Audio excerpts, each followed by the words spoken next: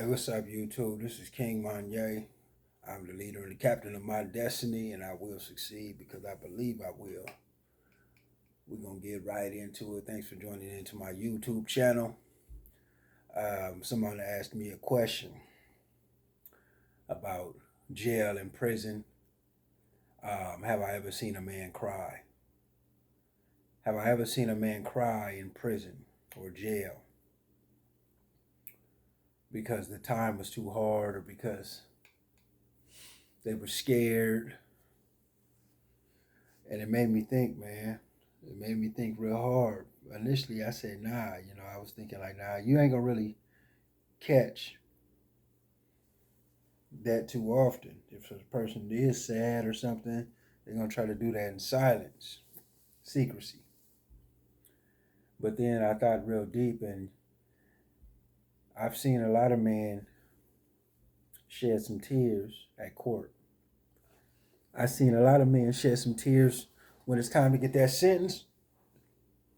Gangsters. I've seen them all buckle, when that time becomes serious. But mainly what I notice is in the county jail, new termers, people who've never been incarcerated before, never been locked up.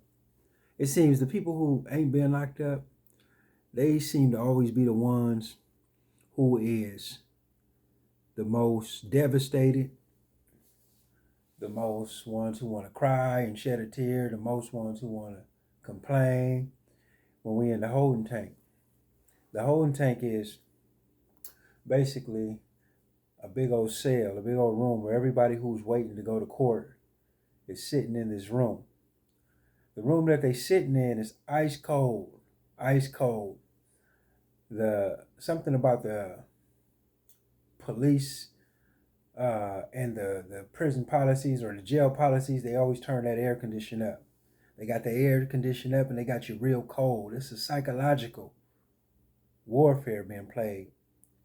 One thing I notice about jail, period, jails, prisons, anywhere where they lock your ass up, is anytime it's the winter time, they're going to have the air blasting real cold.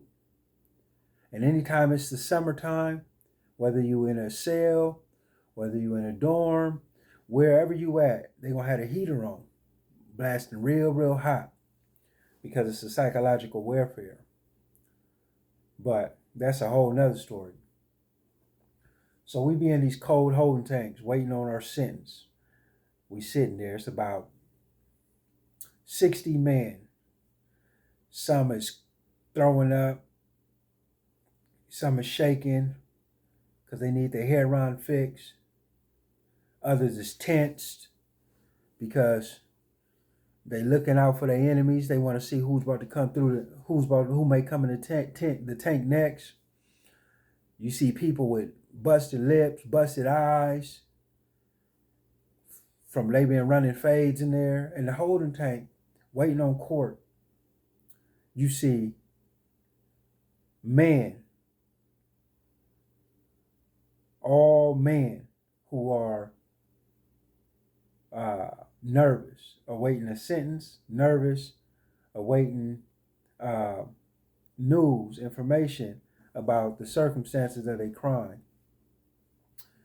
Man, nervous, anxious to see who showed up to court, hoping and praying that the witness didn't come, hoping and praying that their family's out there and they can maybe see their girlfriend, sitting in that cell, man, waiting on your court to come. Everybody is restless. Then out of nowhere, the officer will open the holding tank. He'll open the tank up and they'll come wheel a carton there.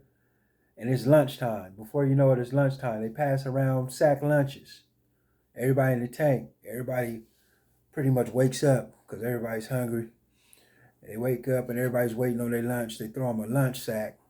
Usually what's inside of it is peanut butter and jelly packet. Peanut butter and jelly packet with some bread, some hard bread that ain't soft. And as soon as you put the peanut butter on it, the bread's going to crack in half. So you can't have a nice, good, fluffy sandwich. You got a sandwich, you got to be savage to eat it. You got to be real, real hungry.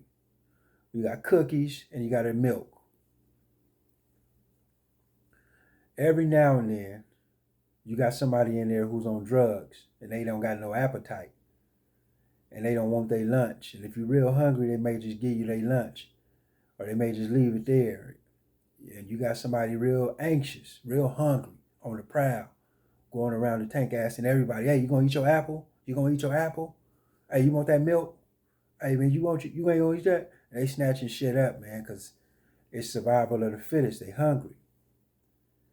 And in that holding tank, you always got somebody who's real, real frail, skinny, quiet, in the corner, in the cuts. They may not speak the whole day.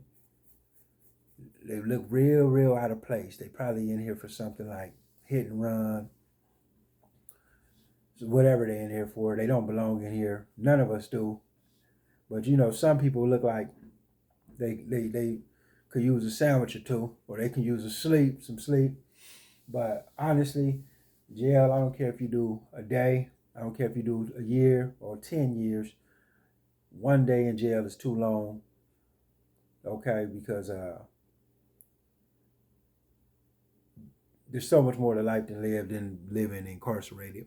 So anyway, everybody's waiting inside this holding tank, going through different things, and man, on top of that, the guards is sitting in there, and they're the only ones that control the TV. So the TV they got it on is TV Land. TV Land, watching old shows of I Love Lucy, something like that. Everybody's in the holding tank, coping, waiting for their turn to go talk to the judge. Some people sleep underneath the bench. You know, they got a toilet paper roll crunched up, or they got their shower shoes put together, laying on it as a pillow, and they just want to sleep this shit off. But you get the scene. This is the scene in court. And I remember certain times, you know, people would go before me. They'd be in there, they'd be nervous there. And inside that courtroom, inside the holding tank, everybody's talking like they're a lawyer. The new booty, the new rookie, whoever ain't been there, he's asking, hey, what do you think's gonna happen to me? And everybody's talking about their crime, the rookies at least, the new booties, trying to get advice from the other convicts, the other inmates. And it's always somebody talking like they know what they're talking about, giving out the wrong advice. Sometimes they're giving out right advice, but most of the time they're giving out wrong advice. And so, number one thing, when you're in there, man, you just don't talk to nobody about your case. Because for one, you don't know who's inside that holding tank. You don't know everybody in there is not really a inmate. Some people is in there as informants. Some people are in there just to hear you talk about your case so that they can go give that information to law enforcement or your prosecution. Some people may hear your case and turn into a witness against you. So the best thing is to keep your mouth quiet, keep the facts of your case private, and just talk to your lawyer. Some people don't get that. They get nervous, they panic, so they tell whoever they can about their case, and they trying to seek advice. What do you think we'll do? What do you think we'll do? What do you think they'll do? What do you think they'll give me? They're offering me this. You think I should take it?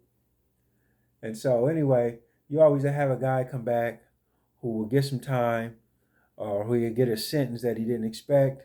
And those are the times I've seen a man cry. I've seen a man, it's always a man crying with tears of rage. Rage, and they angry and they mad. Really, they just hurt, they're devastated. They've just gotten sentenced. There's been times when I've seen guys convicted of murder. Everybody's in the holding tank wearing blues, county blues, blue clothes, and they'll go getting sentenced. This will be the last day of trial, and they're waiting for the verdict to come back. They've been going to court all week, and finally, this day, the verdict comes back. They go in there, they read the verdict, and as soon as they walk back in the holding tank, everybody knows that they're guilty because the look on their face says it all. They come back in and they sometimes try to act proud and smile, but their whole spirit is crushed. The whole spirit is gone. The look in their eyes is blank. They just been sentenced, convicted of murder. And when we go back to the prison,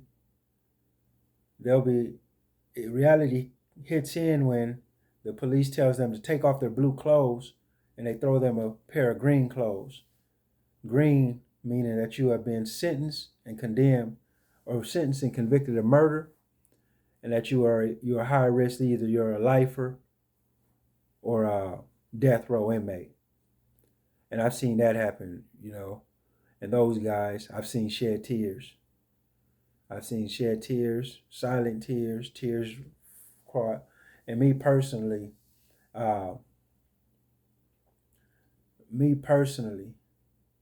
there has been times where I have laid on that bunk,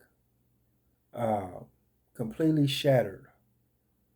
Not by my sentence, but just by waking up in the county jail again, by just getting on the phone and not getting a response from my baby mama or whoever. And I've laid on that bunk and you don't want to cry. You try to stay strong, but I've laid on my bunk on my back and tears just roll out the side of my eyes and trickle down into my ears. And I don't know why I was crying. I'm not that in touch with my emotions as far as what was going on with me. But I do know that my soul was probably crying. My soul was broken by the conditions of, it's something about not living up to your true potential. It's something about being captured. It's something about feeling like a failure, stuck in this place around these type of people, and feeling and knowing within your heart that you're better than this, that you don't need to be here. Knowing that, and even worse, knowing that you tried, but your best efforts still landed you in jail. And so that's some of the most intimate moments I can recall as far as with me. This time when I did the 5 years, I don't recall crying. I don't think that's my natural response. It's been a while since I shed a tear, but there's been sadness. But there has been moments, especially back in those days, where I have cried, where I have tears that rolled down my eyes when I was going to sleep, and that's just the truth of the matter, man. It ain't no place where nobody want to be, and the hardest of the hardest, but you do get to a point where you become callous and that shit don't affect you as far as what this lifestyle is. But I wouldn't recommend it for anyone, man, because being away from your family is one thing. Being away from the things that you love, and the girls or the people that love you, that you feel like love you, your homies, whatever it is that you cherish the most, being away from it. And not only that, but being mistreated, going to a place where you're mistreated, where you're now a nobody, where you're not recognized and acknowledged as you would like to be, and you're hungry, and you just ain't feeling like yourself. That can affect you mentally and psychologically. So yeah, that's my take on it. You hit me up in the comments and let me know where I got it right at. Let me know if you've ever seen somebody shed a tear when they got sentenced or when they was doing their time or whatever. Because the truth of it is, man, it's hard. It's hard. But you know what? Some people will say, I can't do it. And they say, man, well, you just do what you can and we'll help you do the rest. You stuck in there. You're going to do the time. You do the crime, you do the time, man. I'm King Monyay, man. Just the leader and the captain of my destiny. I will succeed because I believe I will. And I am sent here to inspire those who are great. Sometimes tend to forget it. I want you to love yourself, love yourself, love yourself. And I'm going to tell y'all how I broke my arm.